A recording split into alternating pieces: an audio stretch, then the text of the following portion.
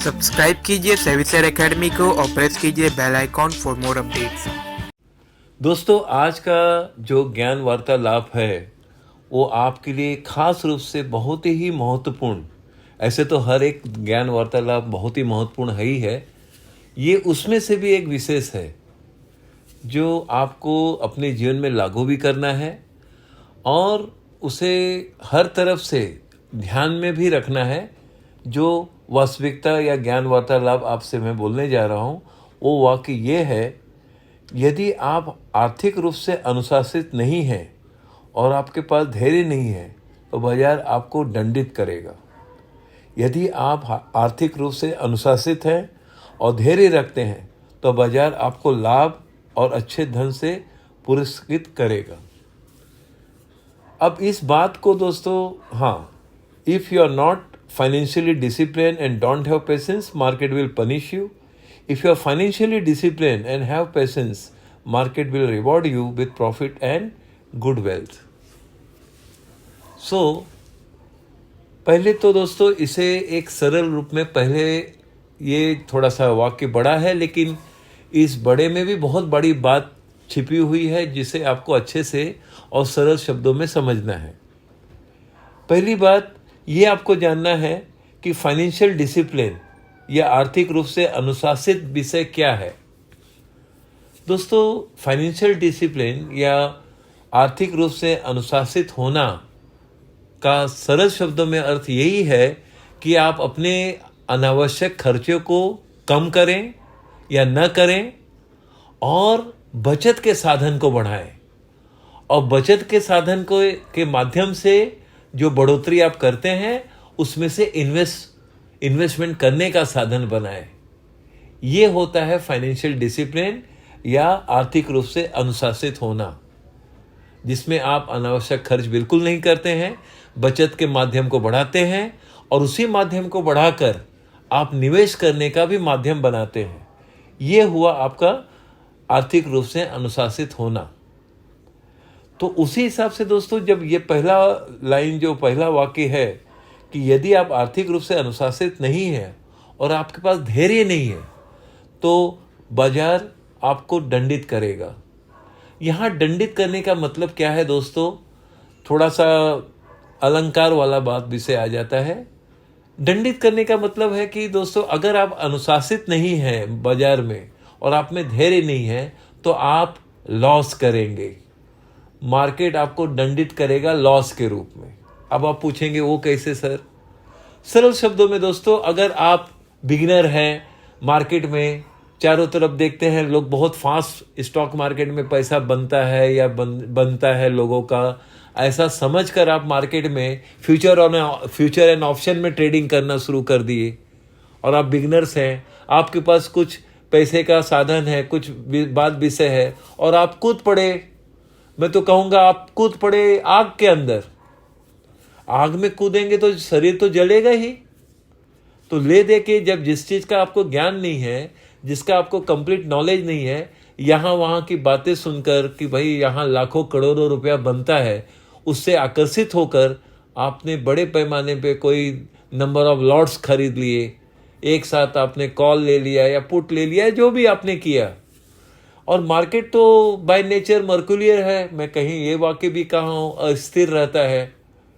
तो किसी न किसी रूप में आपने जो भी सोचा है आपका जजमेंट फेल हो जाता है। और जब जजमेंट फेल होता है तो असर किस पर पड़ेगा? असर पड़ेगा आपके उस पैसे पर जो आपने इन्वेस्ट किया है या जो आपने ट्रेडिंग किया है, और उसी तरह से आप लॉस करते जाएंगे।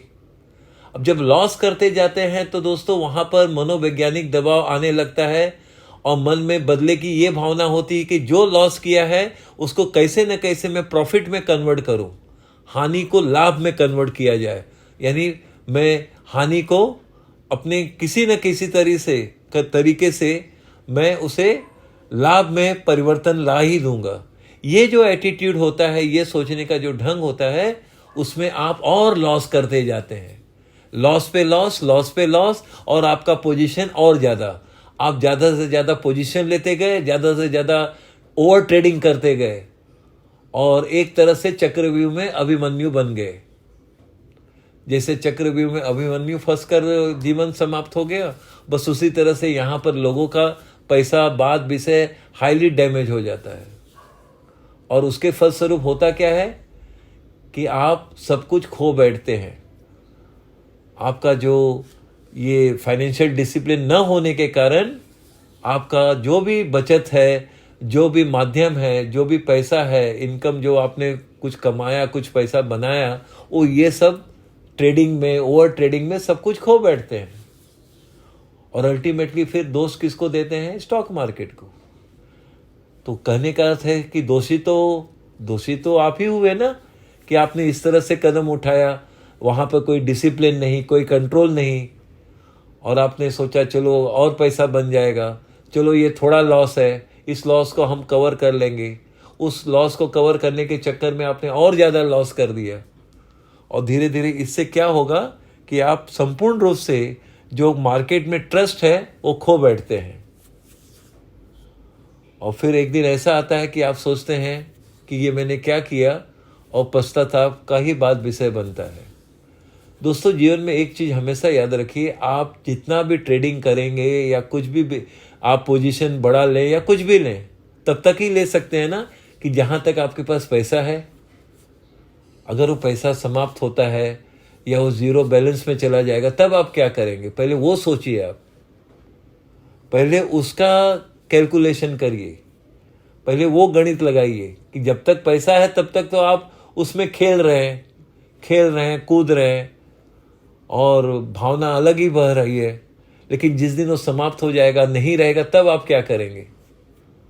तब मजबूरन हालत और खराब, और आपकी हालत खराब तो समस्या परिवार में भी होगा, सब आगे चल के और जीवन में जटिलता आएगी, और जो जीवन में सही चलना चाहिए, प्रगति करना चाहिए, वो सब माध्यम बिगड़ जाएगा।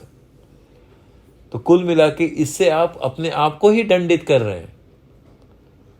तो कहने का अर्थ ये है कि आपको मार्केट में, अब मैं दूसरे पॉइंट पर आ रहा हूं दोस्तों, तो यदि आप आर्थिक रूप से अनुशासित हैं और धैर्य रखते हैं तो बाजार आपको लाभ और अच्छे धन से पुरस्कृत करेगा। इसका अब इसी पॉइंट को इसी रूप में, सरल रूप में समझा रहा हूं दोस्तों। यदि आप फाइनेंशियली डिसिप्लिन में हैं, आर्थिक अनुशासित हैं, तो आप पैसे को रिस्पेक्ट देते हैं, उसका केयर करेंगे। पैसे का सही सदुपयोग कहाँ, कैसे, कब करना चाहिए, ये भी आप उसका सही न सही मार्ग और बात विषय बना लेंगे, क्योंकि आप डिसिप्लिन में हैं। तो आज ये देख रहे हैं कि पैसे का क्या वैल्यू है आज, और भविष्य में क्या उसका मांग होगा या वैल्यू होगा, ये दोनों की गणना आप करते हैं। और जब वो गणित लगाते हैं तो आपको यही एहसास होता है कि हमें एक डिसिप्लिन लेवल पर इन्वेस्टमेंट करना चाहिए, यानी अपना बजट जितना है बजट के अंदर इन्वेस्ट करना चाहिए। जब आप बजट के अंदर इन्वेस्ट कर रहे हैं तब आप फाइनेंशियल डिसिप्लिन में हैं दोस्तों। आप SIP फॉर्म में थोड़ा थोड़ा इन्वेस्ट कर रहे हैं हर महीने, आप अनुशासित हैं, आप डिसिप्लिन में हैं। ये हुआ अनुशासन। आप अनावश्यक रूप से कोई ट्रेडिंग या ओवर ट्रेडिंग नहीं कर रहे हैं। आप थोड़ा थोड़ा जो आपके बजट के अंदर है आप उतना ही इन्वेस्ट कर रहे हैं, और साइड बाय साइड आपका धैर्य भी कायम है कि भाई चलो ये 2 महीना 3 महीना रखेंगे, चलो देखेंगे 5% 10% कुछ तो मिलेगा। ऐसा सोचकर भी आप अच्छे क्वालिटी स्टॉक में अगर आप इन्वेस्ट करते हैं तो निश्चित रूप से आप यहाँ सफल ही होंगे दोस्तों। तो ये हुआ आपका आर्थिक रूप से अनुशासित होना, और उसी हिसाब से आपका धैर्य भी रहना चाहिए। दोस्तों, धैर्य सबसे ऊंचा स्वभाव है एक अच्छे इन्वेस्टर के सफल होने का। आप में अगर धैर्य है तो निश्चित रूप से आप एक अच्छा पैसा देखेंगे, बनाएंगे।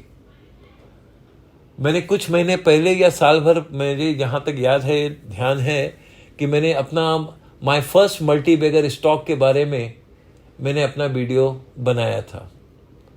मेरा फर्स्ट मल्टीबैगर स्टॉक था दोस्तों, और है भी आज भी, MRF का शेयर्स। अब देखिए दोस्तों, मैंने MRF का शेयर्स खरीदा था 2880 और 3000 के अंदर। आज उसका भाव देखिए दोस्तों 91,000 आज उसने मार्केट टच किया। और हो सकता है दोस्तों इसी साल ये 1 लाख के ऊपर भी चला जाए। और जिस दिन एमआरएफ का भाव 1 लाख के ऊपर जाएगा उसी दिन मैं वीडियो बनाऊंगा कि मेरा फर्स्ट मल्टीबैगर कहां से कहां देखिए पहुंच गया। और आज भी मेरे पास कुछ शेयर्स हैं और मुझे उस बात की खुशी है। आज ये जो प्लस है, आज जो मैं देख रहा हूं वो धैर्य के कारण, आज मुझ में पेशेंस है, इससे वो शेयर रह पाया, इससे वो शेयर आज मेरे पास आज भी है और मैं देखता हूं कि उसका भविष्य और भी उज्जवल है। तो मैं उस शेयर्स को या तो एकाक शेयर बेचना वो अलग बात है खुशी में, नहीं तो वो शेयर तो मैं आने वाले 5 साल तक भी नहीं बेचूं। तो ये हुआ धैर्य का विषय। और अनुशासन जहां है वहां प्रगति भी है और वहां सफलता भी है। मैंने ये उदाहरण निजी रूप से देने का मैं अपनी कोई बड़ी बात नहीं बता रहा हूं दोस्तों, या मैं अपनी कोई शेखी नहीं मार रहा हूं। एक वास्तविकता आपसे शेयर कर रहा हूं कि ये बात और गुण मैं चाहता हूं आज के यंग जनरेशन जो है वो सीखें और अपने जीवन में लागू करें। अगर आज का यंग जनरेशन, आज का वर्तमान जनरेशन अगर इस चीज को फॉलो करता है कि इन्वेस्ट करो और लॉन्ग टर्म का नजरिया रखो और धैर्य रखो, तो जो भी पैसा वो रखेंगे अच्छे कंपनी में, अच्छे क्वालिटी स्टॉक में, आगे चलकर उनका भविष्य उज्जवल ही रहेगा। तो इसी के साथ साथ मेरा एक संदेश भी है यंग जनरेशन के लिए कि जो भी अच्छे कंपनियों का अगर वो स्टॉक खरीदते हैं तो नजरिया लॉन्ग टर्म का रखें। और लॉन्ग टर्म रखने का नजरिए का अर्थ ये की है दोस्तों कि आप में धैर्य है, तभी आप ये चीज को रख पाएंगे और तभी ये चीज सफल हो पाएगा। तो स्टॉक मार्केट में अब इसमें मैंने कहा है कि गुड वेल्थ, तो निश्चित रूप से अगर आपने आज कुछ 1000 रुपए आज इन्वेस्ट किए अच्छे क्वालिटी स्टॉक में और बस उसे 5 से 10 साल रखिए, ऐसे कई एग्जाम्पल हैं मार्केट के अंदर जो कि पिछले 5 साल 10 साल में बहुत अच्छा प्रगति किया शेयर प्राइस में। तो वो तो आप इवन गूगल में भी सर्च करके देख सकते हैं, समझ सकते हैं कि बहुत सारी कंपनियां हैं जो 5 साल 10 साल में best of the best return दिए हैं। तो मैं आपको एक ही कहूँगा कि मार्केट आपको प्रॉफिट से तब रिवॉर्ड करेगा जब आप में पेशेंस है और आप में फाइनेंशियल डिसिप्लिन है। पेशेंस, धैर्य की बात मैं फिर से दोहरा रहा हूं इसलिए दोस्तों क्योंकि पेशेंस होगा तभी आप प्रॉफिट कमा पाएंगे। आप जो भी शेयर्स लीजिए डिलीवरी बेस पे लीजिए, नजरिया रखिए 2 महीना 3 महीना 6 महीना साल भर, आप निश्चित रूप से अच्छी कंपनियों में अगर आपने इन्वेस्ट किया है तो रिटर्न जरूर मिलेगा। और जैसे मैंने अभी शुरू में कहा दोस्तों कि SIP फॉर्म पे आप धीरे धीरे इन्वेस्ट करते जाइए, आप स्वयं देखेंगे दोस्तों कि आपका हजारों रुपए का अगर वही आपने लगातार 5 साल 6 साल इन्वेस्ट करते गए अच्छे क्वालिटी स्टॉक में, तो 5-6 साल के बाद आप एक अच्छा वेल्थ अपना देखेंगे। आप ये देखेंगे कि आपके पास एक अच्छा कॉर्पस आया है। आप मार्केट में जो हजारों की संख्या में आप हजारों रुपए आपने इन्वेस्ट किए, वो कन्वर्ट हो जाएगा लाखों में 5 साल 7 साल में। ये चीज संभव है दोस्तों स्टॉक मार्केट में। तो स्टॉक मार्केट उसी का साथ देता है जो फाइनेंशियल डिसिप्लिन में होता है और जिसमें धैर्य होता है, तभी वो आगे चलकर प्रगति करते हैं और सफल रहते हैं। और ये मैं क्या कहूँ दोस्तों, आपके सामने प्रैक्टिकल कई एग्जाम्पल हैं दुनिया के जो वेल नोन और फेमस या जितने भी पॉपुलर इन्वेस्टर्स हैं, आप उनका देख लीजिए नाम, तो आप कहीं कितने मिल जाएंगे कि जिसमें उन्होंने लॉन्ग टर्म नजरिया और पेशेंस रखकर ही पैसा बनाया और जिसके फलस्वरूप वो सफल हुए। बस यही कहना था दोस्तों आपके नॉलेज के लिए। मैं मानता हूं मेरी बात को आपने सरल रूप में समझ लिया होगा। बस और क्या कहना दोस्तों, चलते चलते 2 बातें जरूर कहूँगा। एक तो ये कि मेरा जो अब जहाँ तक कुछ लोगों की मांग भी है कि ये ज्ञान वार्तालाप मॉर्निंग में आ जाए तो बहुत अच्छी बात है। तो ठीक है, तो ये मंडे और फ्राइडे को आपको ज्ञान वार्तालाप का जो मेरा बात विषय है सुबह 8:30 बजे ही आ जाएगा, वो लागू हो जाएगा मंडे से दोस्तों। तो मंडे से आपको ज्ञान वार्तालाप का जो भी बात विषय मेरा है वो मॉर्निंग में ही आपके लिए प्रस्तुत हो जाएगा, 8:30 मॉर्निंग सुबह, ठीक है। और दूसरी बात यह है दोस्तों कि मेरा जो जस्ट मैंने इंट्रोड्यूस किया platinum stock of the year 2023, हाँ दोस्तों, वो भी स्कीम क्लोज होने जा रहा है 15 जनवरी 2023 के दिन, क्योंकि जो हम बात विषय रखे हैं, हमने कमिट किया है लोगों से कि मुझे जनवरी 2024 में सिद्ध करके दिखाना है कि यही प्लेटिनम स्टॉक आपको देखिए कितना best of the best return देता है 2024 में। इस पॉइंट को भी ध्यान में रखते हुए, वही डिसिप्लिन मेंटेन करते हुए हम इस स्कीम को क्लोज कर रहे हैं 15 जनवरी 2023 के दिन। और 16 जनवरी से लेके 31 जनवरी तक ये हमारा एक दूसरा सर्विस है जो पिछले साल भी था। Diamond stock of the year 2023 introduce हो जाएगा 16 जनवरी 2023 के दिन, और वो वैलिड रहेगा 31 जनवरी 2023 तक। इसे भी आप ध्यान में ले लीजिए, नोट कर लीजिए। और बाकी हमारे सारी सर्विसेज तो आप जानते हैं दोस्तों, मेंबरशिप है, मल्टीबैगर स्टॉक सर्विस है, पोर्टफोलियो मैनेजमेंट सर्विस है। इससे संबंधित जो भी आपको जानकारी चाहिए आप व्हाट्सएप में मैसेज कीजिए, आपको सारी जानकारी प्राप्त हो जाएगी। चलिए फिर मिलते हैं।